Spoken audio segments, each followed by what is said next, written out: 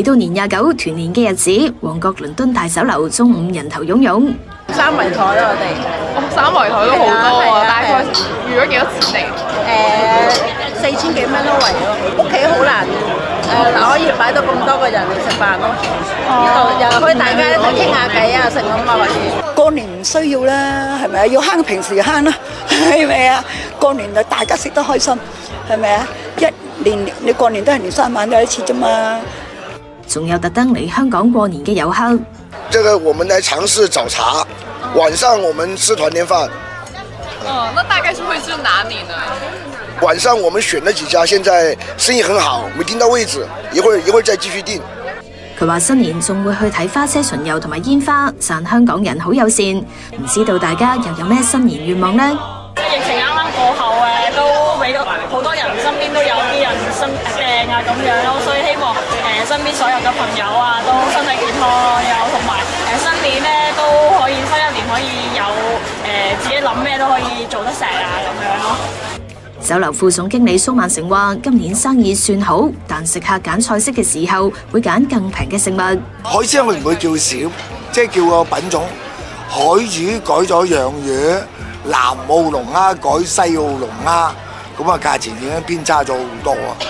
每台嘅人數較少，歲晚聯歡團年嘅公司都少咗，預計生意額較疫情之前下降10%至15%左右。好以前2、3台嗰啲就係已經係接近絕跡㗎啦，已經係有可能啊！朝頭早喺度飲完茶，跟住或者去旅行啊，或者上去翻去國內探親啊，就晏晝就走人㗎啦。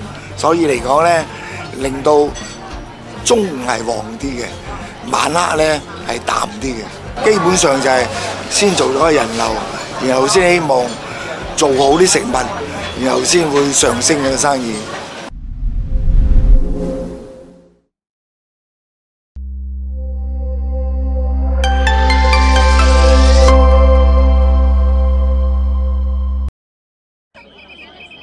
全球最大規模宗教集會印度大戶節，每年都會吸引大批朝聖者前往。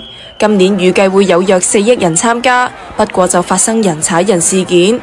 事故發生喺印度北方邦普拉亞格拉傑市，有幾百名教徒聚集喺恒河同阿穆納河交匯處進行沐浴洗禮。